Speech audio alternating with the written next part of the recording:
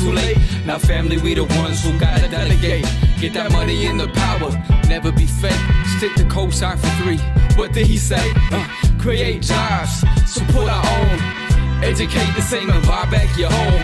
Got 3 degrees, triple 10. 3 PhDs, now we on the CNN. DBTV, let's talk about negligence. Ignorance is bliss, but we can turn it to intelligence. Believe none of what you hear, half of what you see. Let's break it down here on Dr. Boyce TV. Here we are. Hey, what's up, everybody? What's going on? I just wanted to come in and say hello. There is a brother that I was going to meet online and bring him on the air, and hopefully he'll pop in. His name's Kyren, and his son is super smart. And I was so impressed with what I saw when his son did a really impressive video on wealth and investing, and I was super just inspired by what I saw. So the brother hit me up, or I hit him up, or one of us hit each other up, I don't remember. And and we just came up with the idea of him coming into the podcast so we could talk a little bit. So I'm going to bring him into this Instagram live at some point. Until he arrives, and hopefully when he arrives, he'll let us know he's here. How about that election? Wasn't that something else? It was very interesting to watch. I will say this. How do I feel? A lot of people are asking, how do I feel about the election? I don't feel anything. I kind of feel like it's, that's like an election. It's fun. Elections are fun to talk about, but they don't make a difference in the lives of black people. Like, so if you look at, and history is your guide, right? So you go back to Democratic administrations, Republican administrations, any administration, it really just kind of comes down to what you choose to do. Like when you talk about things like a black agenda, and I just had a talk with a friend about the black agenda not too long ago. And it's like the black agenda is something that can be implemented by black people. It can be implemented in your house. What is the black agenda for your kids? I'm a little older than some of you, a little younger than some of you. I'm not sure which one. But in the 1980s was a terrible time for black people. You had Ronald Reagan in the White House. Ronald Reagan, you don't talk about a real racist. Reagan was much more racist than any of the politicians today. I mean, he was a pretty terrible guy in a lot of ways when it came to black people.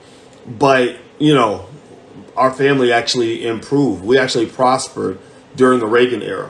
And it wasn't a matter of like Reaganomics being good for our family. My dad was a cop. My mother was a social worker.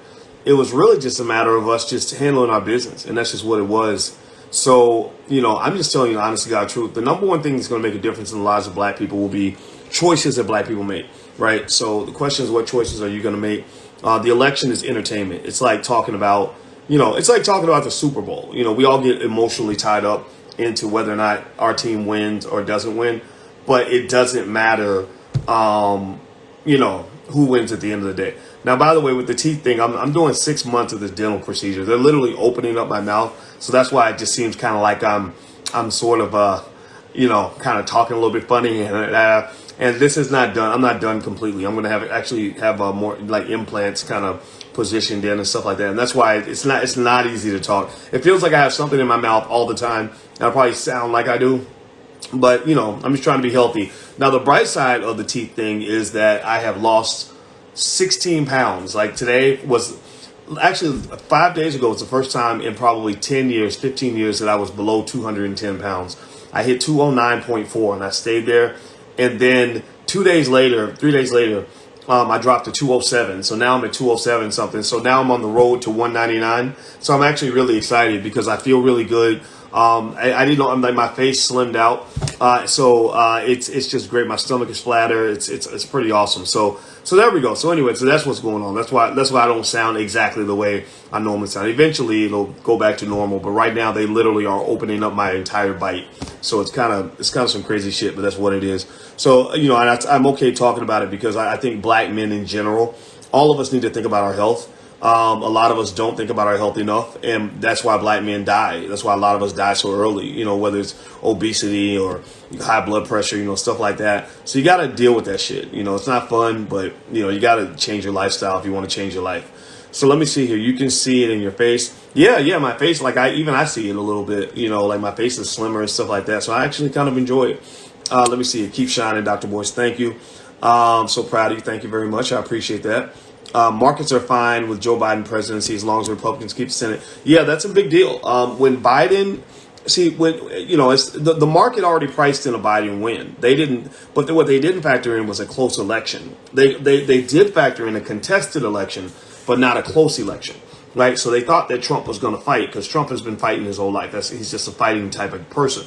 But the fact that the election was so close kind of got to the point where it's like, well, who's going to be the president? And so with Biden in office, the big thought there at that point was a blue wave. And so everybody thought that the Democrats were going to possibly take not just the presidency, but also the Senate. That's big. If they had taken the presidency and the Senate and kept the House, then you would have seen all this legislation pass through, definitely higher taxes, definitely antitrust operations against the big tech companies, Facebook, Amazon, Apple, Netflix, and Google. They call them the FANG stocks. But none of that's going to happen, because the Senate's going to stay in control of the Republicans, which will create like more of a balance. So Biden can't just sort of run through and get things done the way he wants. Now, here's what's really funny, right? I'm looking for the brother who's supposed to come in. I'm interviewing him today. I don't see him in here, but it's okay. We'll just keep talking till I see him. And if you're in here, brother, just keep letting me know that you're here because I can't find you. But the other piece of that is, so that's why you saw the market go up today, is because there's more uncertainty about the election. A contested election, which you're probably going to get, is going to reduce stock prices. But that was counterbalanced against the fact that there was no blue wave. And also, what's the other thing? No higher taxes due to a blue wave. So because the blue wave wouldn't just mean higher taxes, it would mean like more regulation and, all kinds of other stuff that might complicate things a little bit. So chances of Biden kind of getting his agenda just passed straight through will be tough. Now, what's really sad to me is that, if I'm not mistaken, I got to double check, but I believe that Obama actually had a blue wave. Like, he actually had all the houses of government, if I'm not mistaken. Somebody tell me if I'm right or wrong on that. I got to go triple check that. But he had all that, right? So if you wanted to get, say, a reparations bill pushed through, I can't imagine a better time to do it. And if they control all the branches of government and they still can't get black people through, then that doesn't give me a lot of hope, for the government process. Malcolm X brought that up. Malcolm X actually talked about that. He said if they control all the branches of government and they still have nothing for black people, then what hope do you have in these people? So anyway, if you are a Biden supporter, then I'm not mad at you. I'm happy for you. I'm not a Biden supporter. I'm not a Trump supporter. I voted for the Libertarian candidate. It's this white lady named Jo Jorgensen, and I researched her, and she's smart. And she seemed like somebody who wasn't caught up in all the corporatization of government. But the corporatization isn't really even Biden's fault or Trump's fault, honestly. It's just the system. I mean, these corporations have billions of dollars on the line based on which laws get passed. So they raised $14 billion for all these elections to happen. 6.5 billion for the presidency, 7.5 billion for the other, for the congressional races. Well, why would they do that? Well, they do that because if they get their guy in office, the first thing their guy's going to do is take care of them. But the thing is, they need votes. So all this money, a lot of it goes toward marketing. It goes to getting you and I to identify with the candidate and to support the candidate. But the problem is, the bad incentive is that the candidate has no incentive to do anything for the voters. The candidate's incentive is to do things for the people that help him buy the voters. So you're in the process, but you're a commodity in the process.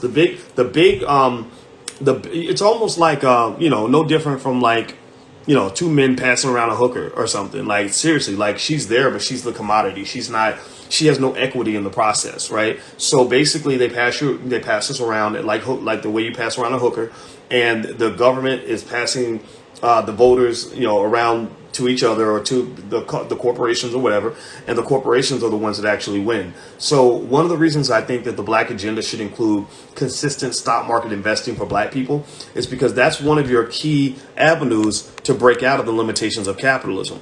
There's no law. It'd be different if we lived in a country that said only rich people can buy stock or only white people can buy stock in companies. Anybody can buy stock in a company. Like, you can actually go buy shares of a company right now on Cash App, for as little as $5 and then build up from there. And why is that important? Well, because if you consistently put your money into the stock market, then when these companies are making money from government policy, you're making money too, right? So if they're making money and you're making money, then you don't care. That's one of the reasons why I believe Amazon is going to be the next company to split its stock. I'd be stunned if Amazon doesn't do a stock split in 2021. When Amazon does a stock split, its price is probably going to go higher. And I believe they're going to do a stock split in response to antitrust pressure that they're receiving.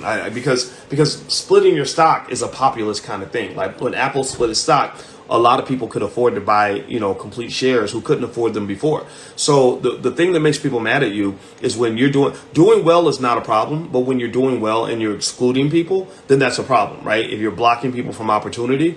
But if people have an opportunity to be connected, then they're not as likely going to get mad at you. It's kind of like if you're a dope dealer and you're making big money and all your homeboys are struggling and you don't help your homeboys eat, then they're going to come kill you. Right? Because what incentive do they have to keep you alive? So you have to think about all the people around you. So basically these big corporations, these tech companies that have all this money, they're the kingpins. They're the ones that have all the wealth, and they got to share the wealth. They got to find avenues to include the masses in the process so that when Apple stock goes up, millions of people are happy. Millions of people are like, yeah, I made money today. Then they're not going to look at Apple and say, wait, you made money, but I got nothing, right? That's not cool, right? So can you explain why you believe it doesn't matter who the president is? Because it's never really mattered much for black people. All through the last 50 years since they pulled this nonsense on us with the civil rights movement and got us to really buy into the aspect of integration, our wealth has actually gone down. If you're making progress, your wealth should be going up. Our kids are less educated. If you're making progress, then your children should be getting better educations. More black men went to prison. If you're making progress, then you shouldn't be. Your fathers and husbands should not be going to prison. I know a lot of us are used to that. That's how we grew up. That's what we saw. We think that's normal. That shit ain't normal. That's you. You've normalized incredibly abnormal situationalism, which just isn't real. It's not true. So the reason I don't think it matters is because if you go back and you look at every administration, Democrat or Republican, there's not a big difference in terms of how much progress black people make in either one of those administrations. So when you look at the data, when you just look at reality, like what is it that causes black people to do well? Well, it's individual choices. It's choices and behavior. Where really, the more integrated you are into whiteness, the less successful you're likely going to be.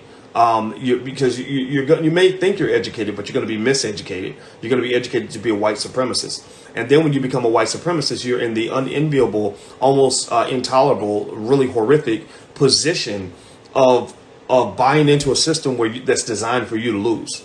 Right? The best way for me to become successful, like I'm a quote unquote successful black man, right? I made a little bit of money. I know a few things. I've been able to impact quite a few people around the world. But it wasn't until I disconnected from the system and stopped believing in the system and started really questioning the system and started saying, well, what the fuck is in it for me? What's in it for me? It wasn't until I started doing that I actually truly became successful. Because it's almost like you're driving on the freeway and they're saying everybody needs to take this road. Everybody needs to stay on this highway. You cannot drive off this highway. There's nothing off this highway, right? So you're driving, but there's traffic. Like you're sitting there and you can't even move. And, you want to go far down the road, but every car is blocking you. And then you just say, you know what? Fuck it. I'm getting off at this exit ramp, right? And you get off on the exit ramp and you drive, through some side streets. Maybe you even drive through some woods and over some grass or whatever. And next thing you know, you've passed up, 20,000 cars, right? And that's how my life went. I just said, fuck it, I'm getting off the highway. I'm getting off on the exit ramp. And whatever it is, I don't know what it is, but it's got to be better than this. Because I know what this is. I know this. I know this system very well. And this system ain't really got nothing for the black man. It ain't got nothing for the black man. I just I hope it's okay if I mention it, but like I like talking to Ice Cube because he gets it, right? And we talked today, and it's like I was saying, like I said, man, there's nothing for the black man out here, nothing. And the crazy thing is he gets that because he's becoming enormously successful. He's got all this money, he owns things, he thinks like a boss. That's why we relate. And I'm like, even if you only make $20,000 a year, you can still be a boss as a black man, a boss of something. Be the boss of some shit. Be the boss of your own fucking house. Like, be the boss of your life. Be the boss of your vote. Be the boss of your ideas. Like You can be the boss of something. Being a boss doesn't mean you're worth $100 million. Being a boss just means that you just say, this is my territory, and this is how it's going to be in this territory. And the thing I think we have in common is that we both learned that from our daddies. We both had strong daddies. And what my dad would kind of do is he was the boss of our house. That's it. Like, you were never ever gonna come into our house with some old white supremacy shit and act like you're the boss of that house, you know? And so it wasn't much, but he was the boss of that, right? So I think that black men have to be bosses. I'm a big believer in that. Not that every black man's got to have his own business and all that. I mean, I think every black man should be an investor. I do believe that. But you have to be the boss of something, because corporate America, white corporate America, white institutionalized, white supremacist infrastructure is not designed to have a place for you. It's designed to push you out. They're gonna push you out. You know, the only way you get invited in is if you're a woman or if you're gay. Those are the only ways you get invited in, and they make a warm, nice spot for you. Because at that point, if you're a masculine male, you are competition. In the wild, animals are designed to eliminate competition. They don't want competition around. There is no like getting along with competition. If you integrate the competition, that pretty much means you've eaten the competition. That means you've killed the competition. You've forced the competition to submit. That's the only way you can integrate the competition in a lot of cases, right? So it's not that I'm it's not that I'm a segregationist, right? I'm not really so much into believing that we have to stay away from other people. It's more so to say, I'm a believer in integration under specific terms, meaning that it's one thing if I come to your house and I own a house down the street, right? If I come to your house for dinner and I own my own house down the street, then that's okay. We can hang out, we can watch football, we can be friends, all that stuff. But it's totally different if I come to your house and I have no house and I'm trying to move into your basement, or I want to stay, you know, in your kid's bedroom or something. I'm gonna look stupid. I'm gonna look ridiculous. So what I'm saying is that the black man doesn't have to necessarily own everything, but he should own a house.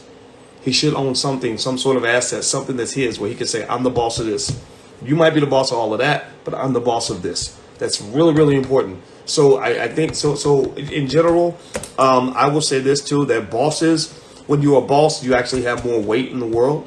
A boss has an anchor in a space that's theirs, where they can't sort of be pushed around and thrown around.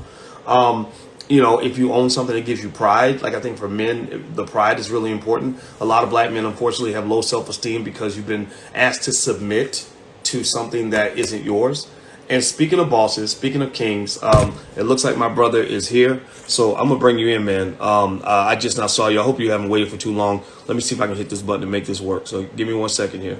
And I'll tell you guys in a second why me and his brother agreed to go online together, because I have so much respect for his family. So here we go. Let's see. I'm hitting the button now. Let's see. Okay, I'm hitting the button again. There we go. Go live. King Karen. King Karen? Oh, let me pull this up. Okay, I think he's coming in now. Hey, brother. What's going on? How you doing?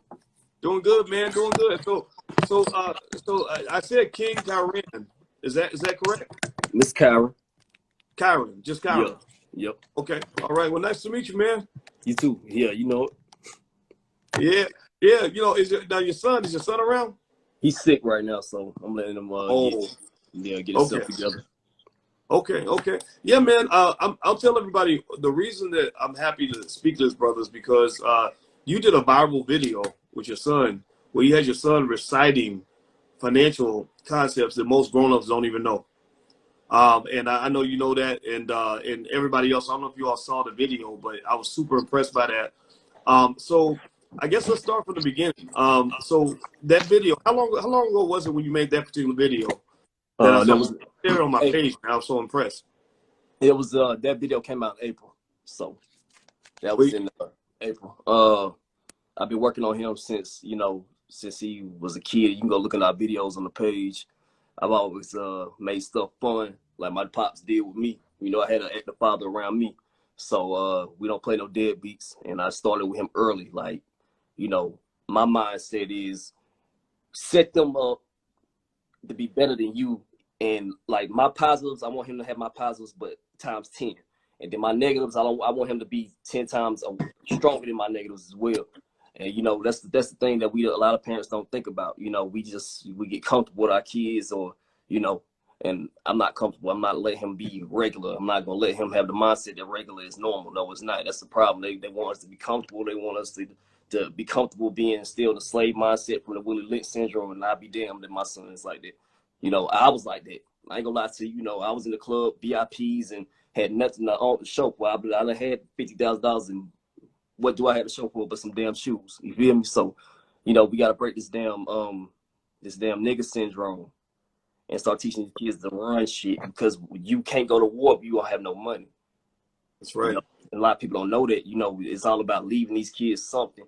You know, like, you know, my grandfather was in the funeral home, and I say this every interview. I'm gonna let people understand, when you die and your kids got to scrap money up to pay for your funeral, you didn't live your life right. You didn't handle your money right.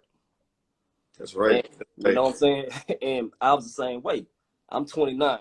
I just got my shit together at 27. You know, so I'm trying to show to everybody, you know, you could be a mess up like me. You know, I was a screw up. You know, look at me. And then now look at me bouncing around. Now I'm seeing him about to have books out and stuff with my son. Like, you could have told me that shit. You could have told me that. So, you know. Man, so let me ask you this. How many kids you got? I got one. Really? Okay. And tell me your son's name. My name's Kyron. His is King. So he's 8. Okay, he's 8. Yeah. Okay. No, what city you're from? I'm from Asheville, North Carolina, but you know, live in Charlotte.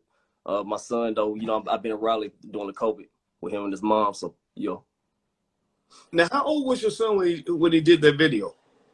He was 7. His birthday's April, so he did the video right like about 2 weeks before his birthday. Man, you had, and everybody, I'm gonna find a video and share it again, because and I'll tag you on it, brother, so you can come in and comment. You know, I was blown away, man, because it was like you really drilled him like a soldier. You know, like I always talk about how we need economic soldiers. Like I think that's the solution for our community. And I saw that video and I was inspired, because I said that's exactly what I'm talking about. Like you went down the list of everything. So let's talk about that process. So first of all, you know, what age did you begin teaching them these concepts? Honestly, I went like, I told myself, once he turns 8, that's when I'm gonna get serious on him. And you know, COVID hit. And you know, we stuck in the house, so I was like, hell, there ain't nothing else to do. I'm not gonna let you sit on these damn video games all day, every day. I'm not doing that. That's what I used to do, and it made me lazy, and it made my work ethic shit. That's why now, like, I gave my own game system to my little brother, because I'm like, I know right now as a grown ass man, I'm gonna sit here and play the game all day. So you know, now I know things that I know it takes my attention away from progressing. I gotta let it go. So I started with him right when COVID hit, like really hard to understand these definitions, like real hard. And people, you know, I got so many, you know, you got so many people, like, but we was on Steve Harvey, and you know, we was talking about it. You know, like I told Steve, you know, we got a lot of haters. You're gonna have a lot of haters. Oh, he's just a script. Well, this is what people don't understand. It's how dumb people make themselves sound just to hate on a kid. It's understanding something they don't understand. So wait, haters? You had haters for this? Like what were they? I guess everybody gonna have haters. But yeah. What's there to hate on? Like, you had your son drilled on economics. Like what were people saying? You know, we especially mainly, and I ain't gonna lie, I mean, I don't care for nobody, mainly whites, but you know, I've had our own people hating. It's just a script. School books are scripts. You're taught to recite school books. So I'm just lost to the ignorance I hear people say.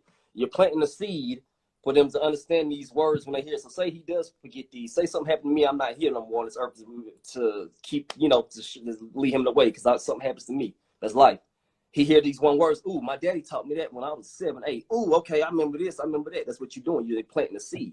It's just like spelling ABCs. I'm repeating it over and over again. I give him a adult term, the term we all know the words, and then I give him kid terms. Like I always say, like collateral. I taught my son with collateral. It's like on a skate ring. If I give my shoes, I give my shoes to you to get the skates. If I don't bring the skates back, I don't get my shoes back. It's like going to the YMCA. If you want a basketball, you got to give us your ID or your keys. If you don't give us that, you don't get the basketball. You know what I'm saying? And people don't understand it's so simple. We make it way harder. than them kids. And what made me really step my game up, my best friend, he's a banker. A couple of my dogs are bankers, and one time I was around them just listening to them talk, and I didn't understand nothing they were saying. And I felt that's the first time I felt like an idiot. You feel me? So I said, "Nah, I'm about to get on my shit." So I started Googling and teaching myself, and it's still stuff that it's 100 things I don't know now. But while I learn them, I teach my son. Man, that's how you do it. I love that, man. So I'm trying to remember. I don't remember exactly how we started talking on Instagram. I know I went in and I didn't know on Instagram that they had those messages that you can't see because you're not following the person yet. And I didn't even know all those messages were there. So I went in and I saw a lot of messages from people I didn't even know, like from a year ago. I mean, like, and random stuff, man, like Deion Sanders, I'm like, I don't even know Deion Sanders, but it's like these people that hit me up. And so I'm going through the messages and then I saw your message, man. And it was an older message, but I remember, I don't know how I connected you with that video. Maybe I clicked on it and I saw the video and I remembered it, man. And I just remember being just, not just impressed, but I said, okay, this is exactly the blueprint. Like if we had 1 million fathers or mothers or both doing half of what you and your son were able to do, like there will be no stopping Black people, no stopping us on the economic front at all.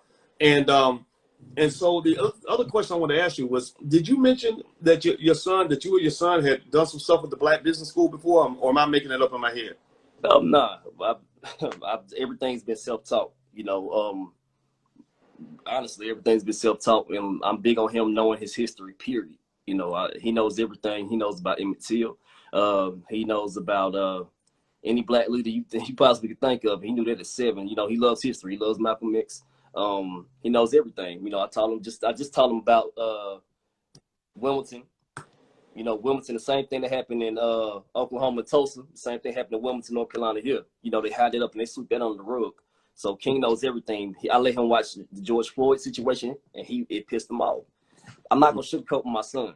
He needs to know this. You're a Black man. It's going to be 10 times harder. This is not a game. They don't care about you. So this is not going to be no cakewalk, son. So you need to get the work ethic now, because I didn't have it. I was smart as hell, but I was sitting here dumb, and all I cared about was I'm going to play football, I'm going to rap. So now I'm teaching my son have the mind all the way through. And if you do want to rap, still know how to protect yourself and save yourself and make sure you can take care of yourself in other areas. If you do want to rap, if you want to be an athlete, that's cool. I love it. That's what I want to do. That was my dream. But if you want to be an athlete, be a smart athlete, know how to invest, know how to make sure everything's straight, and make sure nobody plays you, all that. So that's why I'm teaching him, just basically not to get finessed or played by nobody, not his own people, not the other people, period. In no way, shape, or form. I just want him to be 10 times greater than I can ever be. And at the same time I'm doing this, I want to teach these other kids that's watching, these other parents. I didn't know this 5 years, 3, 4, 5 years ago. So don't sit here and think, because life is growth. We all got this mindset, I'm too old. Man, ain't no damn age. Is not just nothing but a number. Age is nothing but a number. Well, and the thing is, man, it's you're 29 and I'm definitely a lot of years older than you, man. And it's like when I was 29, I felt like I was old, but I really wasn't old. But it's like you have to be as old as I am to know how young you are, right? So as much as you might feel like oh man, I waited this long, in a lot of spaces, it's easy to say that you actually get started early. You know what I mean? Like the fact that you elevated your game and you stepped up to the challenge. I mean, first of all, that's what manhood is all about. It's about not running away from your challenges. Everybody has limitations. Everybody has, fears. Everybody has shortcomings. Everybody makes mistakes. And what I learned a long time ago from my father is that manhood doesn't mean that you don't have those vulnerabilities. It's how you respond to that shit. Like, how do you react? Do you let it, do you shrivel up and fold and walk away and run and break down? Or do you just say, all right, I'm gonna face up to it? And it could be something as basic as like people make fun of me now because I had to do a lot of dental work, because I just didn't take care of my teeth and all that. And my woman kept getting on me about it. And I was like, all right, well, let me be a man. Let me just go in here and do this. And it took 14 hours, man. They had to put me under and everything, doing surgery, pulling stuff out, drilling in there. And it's like, it was my manhood that led me to understand like certain values. Like there's a code of thought that you have as a man where you say, I don't give a fuck what happens to me. I don't care what you bring up to me. I'm going to man up to that, you know, as a core principle. And I think that one of the things I like about what you're doing with your son is you're teaching your son that manhood really is a decision. You know what I mean? Like just, you know, what are you going to do? Because we can always do better. We can always do more. We can always do our best. And win or lose. Like the question is, could you have done more? Is there more you could do? And the decision to do more is like, you know, one of those things where even when I've lost, I learned how to understand what it means to win or lose, what it means to really lose. Like, so when I think about, you know, hard choices I make, a loss to me is more so like if I just bowed down, walked away, gave up, you know. But if I fought until the death, like, you know what I mean, till my last breath and gave everything I had, I walk away feeling like a winner because I know that even if I didn't win that one time, I'm going to win eventually. Yeah. It might be a process. I might have to lose 2 more times before I get that first win, but it's coming. Yeah. You know what I mean? Or 100 L's before you get that one big win. It might take you 10 years. Like, that's how I feel about me. It took me to 29 to really, now we here. I ain't think that this attention would have came with it, but, you know, I like it in the fact of where it makes my son sit here. He has to know. It makes me know the pressure's on. You can't stop now. So we're going. And, you know, I'm the oldest of 5 siblings. You know, my youngest sibling is 8th grade. You know, I got 4 of them, 3 of them high school, 1 8th grade. Then my son, King. And I ain't had no big brother. So my mindset, I love that everybody's getting to watch this. So these kids that don't have no father, no big brother, got somebody to look up to. You know what I'm saying? I'm not perfect. I'm not this and that and third, but watch me, follow me. I'll lead you. You know what I'm saying? You know, everybody else want to lead it in the stupid ass ways. I'll lead you. Follow me. You know, watch what I'm doing. You know what I'm saying? And outdo me. Outdo my son with your kids. You feel me? So that's what it's all about. Yeah, I like that, man. So, so you're the oldest of how many brothers and sisters you got? I got 1 sister and I got 4 brothers. And my sister, she's a freshman at college at North Carolina A&T. And then 3 of my brothers in high school. And then, my youngest in 8th grade. So, well, that's a great opportunity, man. When you're the oldest, like I'm the oldest too. And what I found is that when you're the oldest and you lead with your actions and your choices and your behavior, the other kids follow you. They pay attention to what you're doing. You know, so I think that your brothers are lucky, man, to have somebody to look up to. You know, because I had like an older brother type of figure. He was my uncle, but he was, you know, to be honest with you, he's kind of a weak man. You know what I mean? Like I think I started when I was probably your son's age. That's when I started noticing, like, man, he's kind of a punk. Like, kind of, so like, I loved him. You know, I loved him more than any person on the planet. But, you know, like when he would go to jail and all that, man, I remember just, you know, it's like it would break my heart and all that. And he died young. He died, younger than he should have died. And so going through that experience, like on the other side of that, first of all, it made me sensitive to the fact that one, you know, for example, when they were locking up so many black men, they were locking up people's fathers and older brother figures and stuff like that. And that's why, you know, like guys that think like yourself at 29 are not as common as they should be. You know what I mean? It doesn't mean that there's nobody else out there, but they don't know who they are. They don't know what behavior to model because you need the role models. And then the other thing it taught me, man, was, you know, watching him taught me the importance of like that sturdiness you have to have as a father, older brother, as a mentor. Like when you're like the OG and somebody's looking at you, there's a certain degree of confidence you have to find and muster that up to just say, okay, follow me. And it's not easy. Like, you know, there's a lot of doubts that can come up, you know, and what you learn, I think, is you learn how to just say, well, I'm gonna figure it out, or I'll just work through, you know, my doubts, or I'll go get the information I need. But, you know, but that's a choice, right? And if you don't know that, like if you've never been taught how to man up properly, you'll fold to that. Like you'll start getting insecure and lazy and scared, and you won't follow through. But so I that's what I like, man. I like what you did with your son, man. So let me ask you this: so your son, has he expressed like what he wants to be when he grows up? He still don't know yet. I mean, he wants to do sports and stuff. And I told him that's fine. You know, as long as you know them grades is number one. That's all that matters. And you know, also what we also need to learn, which some people you can't say this to. I realize, you know, I'm big on psychology, just naturally. some people you can't say grades ain't everything and college ain't everything, because they'll sit here and just say hell with that, especially young kids. Some young kids, you can't tell them that. They'll say hell with school then, right? He just said I don't need that. You know, they use that as an excuse to be lazy. But you know, schools, you know, the system don't want us to know about learning about trading. They don't want us to. They took home economic out on purpose, so we don't learn. Like, we need to bring that shit back. Learn, teach these kids how to pay bills, teach them how to write checks, withdrawals, deposits, and you know, all that. But they don't want us to know that. They want us to keep failing. They don't want us to understand financial literacy. You know, like I see some comments in here. There's a lot of people saying, you know, what about the history of the black man? We all know that is automatic. Come on, you know, I don't trade this shit never to be this skin color. I don't care all the stress in the world. I don't trade it for nothing. You know, I'm black and I'm proud. Period. But we need to understand that the part where we are just the lowest and always been lowest, and they slowly made us the lowest, is the financial part. We don't own nothing. Out of like I always say this, out of 600, I think 15 billionaires in America, it's only what, it's only 6 of us. Yeah. only 6. And what kind of war would that be? That's 600 and what? That's 600 plus damn 600 circled around damn 6.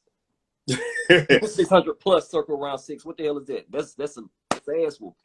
So we have to realize that we all have to slowly start learning. And you know, I see so many people like myself. I can't lie. When I talk shit about others, I talk about myself. You know, my favorite person in the world, Malcolm X. Second favorite person in the world, Tupac. And you know, I had to call myself out being a hypocrite. How can I sit here and look up to Malcolm X? And how can I look up to Tupac on his Black Panther side? And I'm not sitting here trying to leave that type of message and positivity on others, you know, every day, while I'm still being negative, but I'm screaming I love Nipsey and all of this. So if you gonna scream you love Malcolm and that, live that, be that, you know, at least express that and give that type of energy amongst the people around you. So that's when I said, you know what, King, you gotta learn this. You gotta be that one. You know what I'm saying? I'm not gonna sit here and be a sheep. Either you're gonna be a sheep or a shepherd. You got to be a leader. There you go. You know, man. Well, I love that, man. I don't think when you talk about leadership, you know, the man, a man has to start first of all by leading himself. Like, you got to know how to lead yourself. Look in the mirror. Got to look in the mirror first. There's sheep versus shepherd, right? So, and then the other thing, and it's important for a black man because everybody wants to mind control you. Everybody's got a plan for you. If you don't have a plan for yourself, somebody else got a plan for you.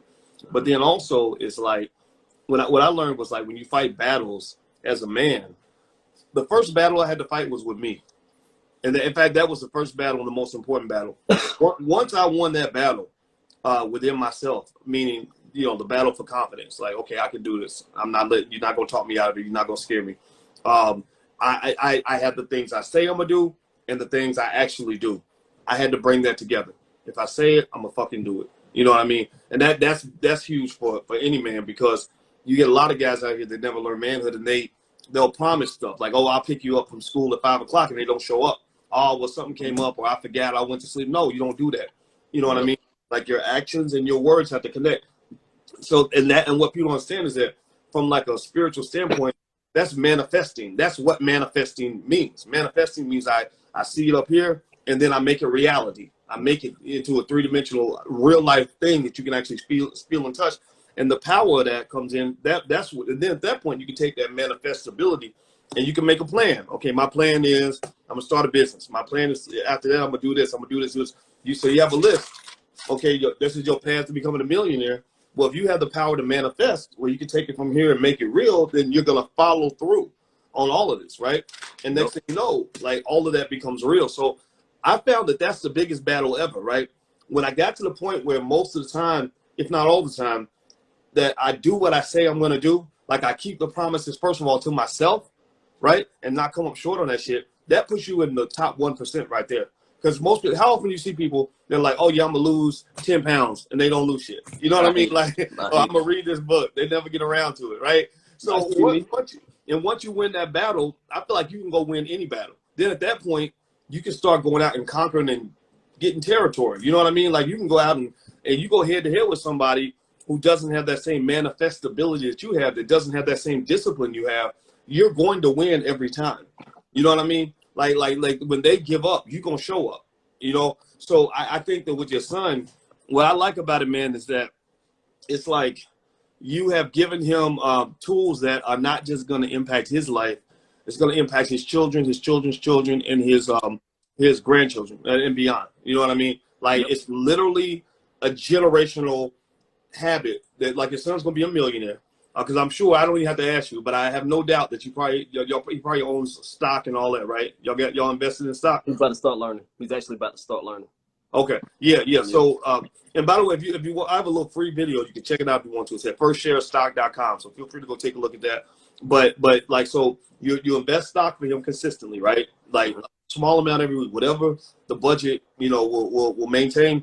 Like I always tell you, like the way we tie the church, we tie 10% of our income to the pastor. I guess if you go to church, well, tie 10% of your income to your future or to your son's future, right? At least 10%, right? So you got that money going into stocks. So then when your son gets to be in his 20s, he's got like money to work with, right? So he's got all this stuff up here, all this skill that you taught him. So he's learned how to use the weapons, and then he has the weapons to use, right? So he can take that money, and because he knows what moves to make, he will then be able to grow that money. He'll be able to make that money work for him. He'll be able to create all these streams of income. So I think your son's going to be a millionaire by the age of 35. You know what I mean? Maybe even 30, or if he gets into technology, it might be 20 or 25. So I think you set him up, man. And the thing about having money is it ain't just about the money part. It's like the freedom. Then he has, did he disappear? Looks like we got disconnected. I think he's going to come back in. But you guys get what I'm saying? That if you give your child resources and then you give them skill on what to do with the resources, then that teaches them how to grow the resources, right? So ultimately, here he is. Okay, he came back. So we'll give him a second to come in. Still teach him his grandparents' history, for sure. If the pastors are crooked, better to invest your 10%. Absolutely. All right. You can hear me? Yeah. It was messing up. That's why I had to. Oh, okay. Yeah. So I was gonna say that, like the way you had your son like know these concepts at an early age, all you gotta do at that point is consistently put money in the stock market for him. I wouldn't even tell him that the money's there. You know what I mean? Like it's, to me, in my opinion, like you're the head of the household. That's your money until you feel like he's ready to have some of it, right? Like I like with my kids, I don't even. They have no idea how much I have for them, but I know it's there in case they need it, right? And then if it happens to me, it's going to be passed down through a estate plan and all that. But just in case they decide to go crazy and do something stupid or get hooked on drugs, or which they wouldn't do, but if they did, they wouldn't get to do that, right? So I would invest consistently for him. That way, he's got like some money to work with. So when he gets about 11 or 12 years old, he says, "Hey, Dad, I want to start a business," like you taught me, right? You can pull 5,000 out and be like, "Okay, here's your capital. Go make it work."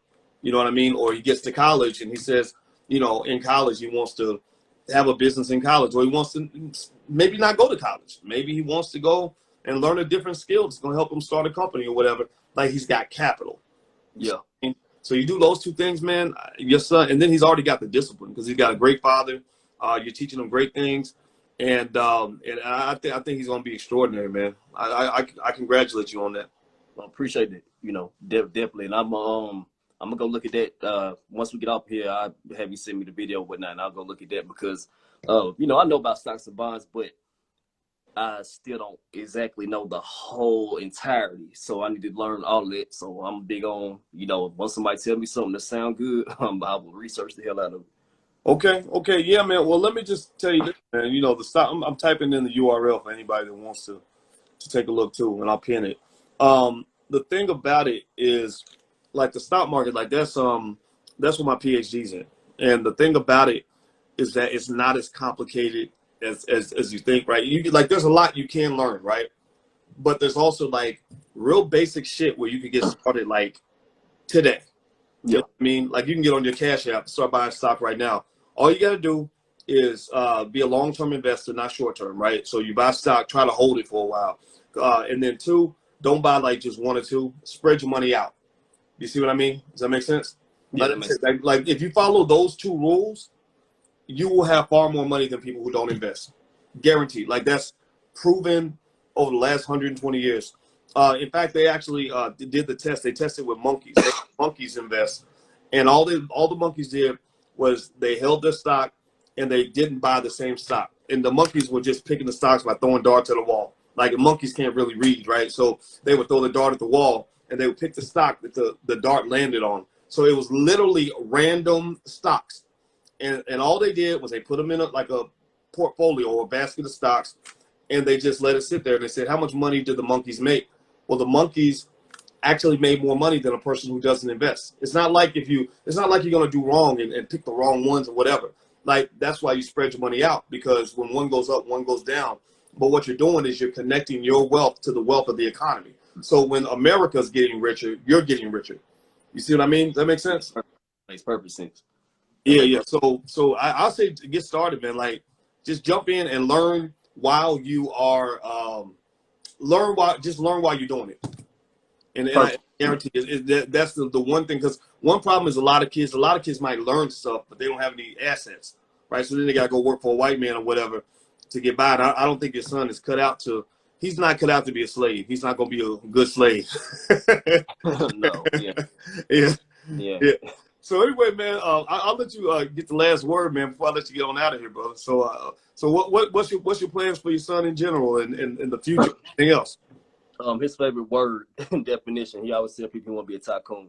So, I basically taught him, just, be a businessman. The money you use, keep it invested, just like what you just said with the stocks, keep different hustles going. The same way. So I understand everything you're saying with the stocks, keep different hustles going, and, generate jobs for your family and your people, so everybody's straight, you know what I'm saying? So, yeah, definitely that's what we all about, and that's what I'm about too. And I'm just trying to get, create, since I didn't have no generational wealth left to me, I'm trying to create it with him. So I'm trying to give him his first million. Well, however I got to do it, I'm going to do it. So he's gonna get there. The way your son is gonna become a millionaire is gonna happen either he's going to either over time, if you invest consistently for him, and you're aggressive about it, like buying stock for him every week, like just set it on autopilot where it automatically just goes in your account. That's going to build up his first like 100,000, 200,000. Then what's going to happen is the one thing he's going to do is going to be a real game changer is he's going to own property before anybody else, because you've given him that core value. Like, that's a value. Like, he's not going to, like, if he's paying rent for more than a couple of years, he's going to feel like this ain't the way it's supposed to be. I'm not supposed to be paying rent, because he knows that already. Yeah, like you taught him in the video, don't be a sucker with your money. Well, suckers are paying rent to a landlord, right? So he's going to be like, my daddy always told me not to be a sucker. So he's not going to pay rent very long. He's going to buy a house. And then he may even try to buy more property, because he understands that property is a way to actually earn income. The third thing the third way your son might become a millionaire is because you've also planted the seed in him for independence. Again, these are values. This is not just like the X's and O's of finance. This is a core value. Like, I want to be a free black man. I don't want to be a sucker with my money. I want to plant seeds for the future. Like, that's a value system that has nothing to do with money, right? So then what's going to happen is he's probably going to start a business early. I'm thinking like 11 or 12 years old, because he knows how to really make money. He knows how to make money like the way owners make money. He's not going to want to be a fucking employee. That's not going to gel with his spirit. Because again, he's going to feel like a sucker. Like, wait a minute, I'm making, $30 an hour, but my boss is making $400 an hour. I should be the boss, because you already blessed him with a self-perception. You said his name is King, right? Yep, King. Well, there you go. You've already planted a seed in his subconscious where he cannot see himself as anything less than the king. You see what I mean? So again, core values had nothing to do with money. So he's going to start a business probably at an early age. And then if he hits on something that he really likes and he's really good at, he may start something even in his teenage years that could literally make him his first million. I have seen this happen. The key idea, the problem for a lot of black people is we don't open that up for our kids. We don't even open them up to those possibilities. We start talking to them about getting a job, and they never learn all this other shit. You know what I mean? So the fact you open that up for him, man, your son's doing some great stuff, man. Just like you said, two things circling back to what you just said. For everybody that's in here that don't understand, when you paying rent, you paying somebody, you paying off somebody else's mortgage. I just hope everybody understand it. So, You know, a lot of people don't even get that. They don't even think about that. Damn, I'm really sitting here paying somebody else's mortgage. Your mortgage is cheaper than the rent. You know, and I'm about to actually do a video on home ownership with my son. So, Man, let me tell you, bro. I own some property, right? And one of the first pieces of property I bought, the rent, I didn't even know what the rent was supposed to be. I just asked the property manager. She said the rent's gonna be $1,700 because that's what you charge in this building. The mortgage is $1,100. So the person that pays the rent pays the mortgage, and also on top of that, the value of the bill of the condo is going up every year. Like this, everybody listen. Like that's why rich people seem to just have money falling out of the sky. You got to position yourself the right way. And unfortunately, man, so many people get distracted with all this other stuff that they don't understand, how to actually put themselves in a good position. So I'm gonna quit talking about it because I could talk about this all day, man. Yeah. And I would just say, I want everybody. Are people able to follow you like just off of this conversation? Like, are they able to click on something and see like how to follow you? Yeah, they should be able to. They should be able to go to my name. I mean, it's KYNG _ Karen KYREN. And okay. we actually just completed 4 of our workbooks. We got 4 workbooks. They're gonna come out over time. Entrepreneurship workbook for the kids and the family. Crossword puzzles, all that stuff, coloring to make the kids fun for the kids and the adults too. Entrepreneurship. We're teaching business entrepreneurship. We're teaching everything I talk about the banks. Everything. So we're learning all that stuff, making it fun for everybody. Then me and Marshall Falk have a curriculum coming out. It's like a college curriculum, basically, so middle school and up. If you want to get the curriculum, which we're about to drop, and we go. It's nine chapters, and we break down each thing you need to understand about financial literacy. For everybody. So we just trying to change the game, and definitely. There you go. Change the game, definitely. We. I see so many of us argue on here about like the election and all this and that, but like Malcolm said, if you ain't got a solution, all that energy you're exerting without coming up with a solution, then it's pointless. So now, y'all, let's come up with these solutions. And number one solution, what we're talking about right now, financial literacy. Period. Oh, that's right. That's right. So everybody following, you should definitely go follow this brother. And you'll be real impressed with him and his son and what he's doing with his family. And so if you want, like all the education you need is right here on social media. And, I think the fact that, all you all that are in here right there tells me that you're part of the army. Like you're the future millionaires of tomorrow, and we can show you everything you need to know. And so follow this brother and his family. Because they have the formula. The reason that I was real happy, I've never done, just so you know, I don't even remember. I don't think I remember. It's maybe been a year since I interviewed anybody on Instagram.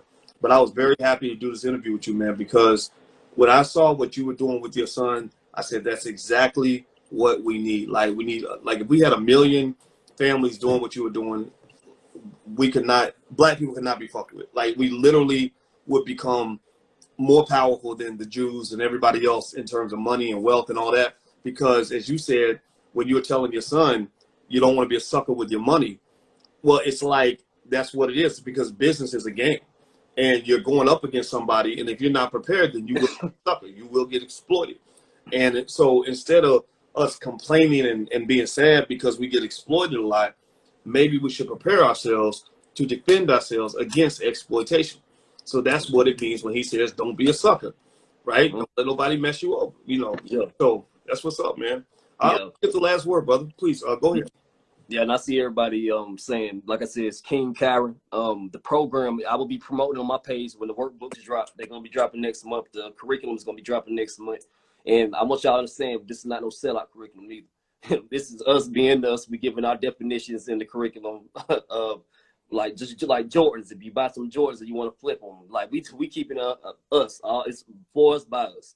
So I'm just letting y'all know that.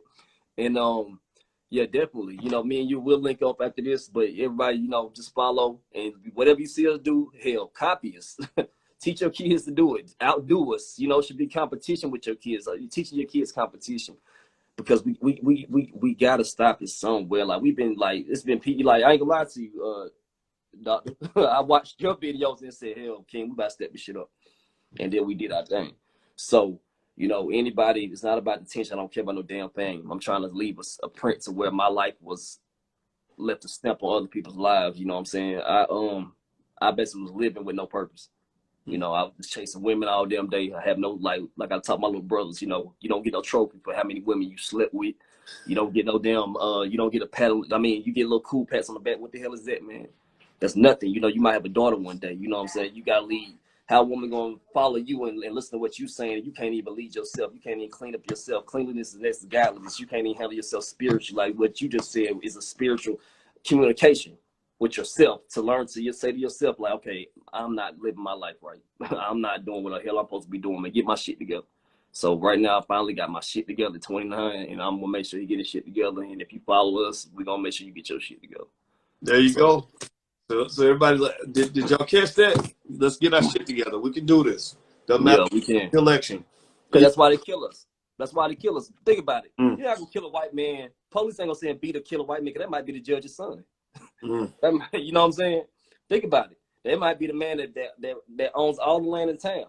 Blacks, they like, oh, you don't own shit. We kill your ass. You don't know Puffy. You know what I'm saying? You don't know Jay-Z. You ain't nobody. You know what I'm saying? So once we get this power, where they scared to do that shit. I don't know who this might be. Blacks own everything over there. That's why they was bombing. White people started looting first. They did that when we wasn't even bothering them. We had our own money. We had our own stuff. Back when segregation was going on, that's when we actually was our best when it came to money. And that's why they would burn our asses down, tear all the communities up, because they didn't want us to damn lead. But hell no, these blacks, they getting a little too uppity. No, keep them down here. And now we at war with each other. They brought the drugs here on purpose to keep us at war with each other. We don't even see it, man. We don't even realize it. We walk past each other mad as hell.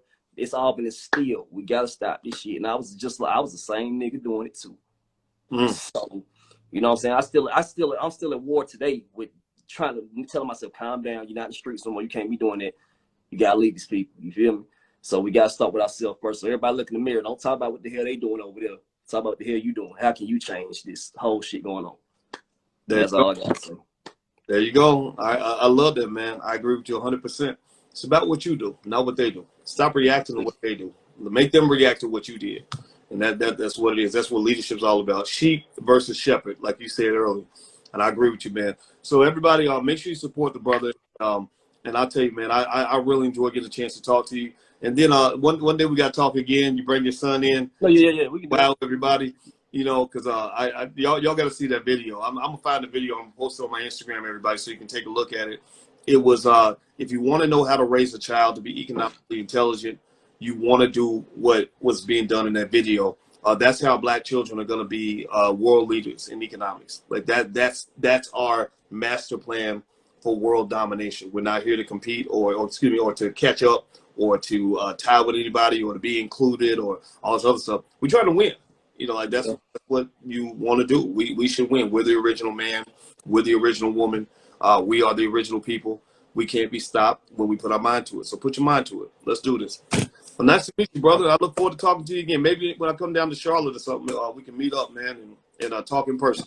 Yeah, let me know. Definitely. I'm always here in Atlanta. So it's Oh, you like you said, Atlanta?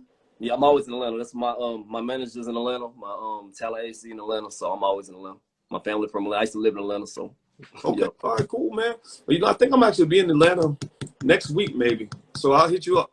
Let me know, because I'll meet you. I'll bring King, because we got to do some videos and out there anyway. So, yeah, let me know. Okay, bro. All right. Well, nice to meet you, man. All right, everybody follow this brother. Show respect. Give him a digital thank you.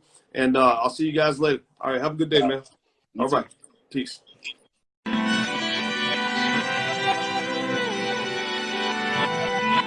Here we are, clan the isms, cataclysm great. Our people out here struggling, trying to make it in this state.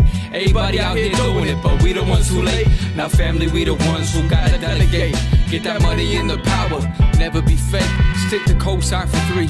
What did he say? Create jobs, support our own. Educate the same and buy back your home. Got 3 degrees, triple 10. 3 PhDs, now we on the CNN. DBTV, let's talk about negligence. Ignorance is bliss, but we can turn it to intelligence. Believe none of what you hear, half of what you see. Let's break it down here on Dr.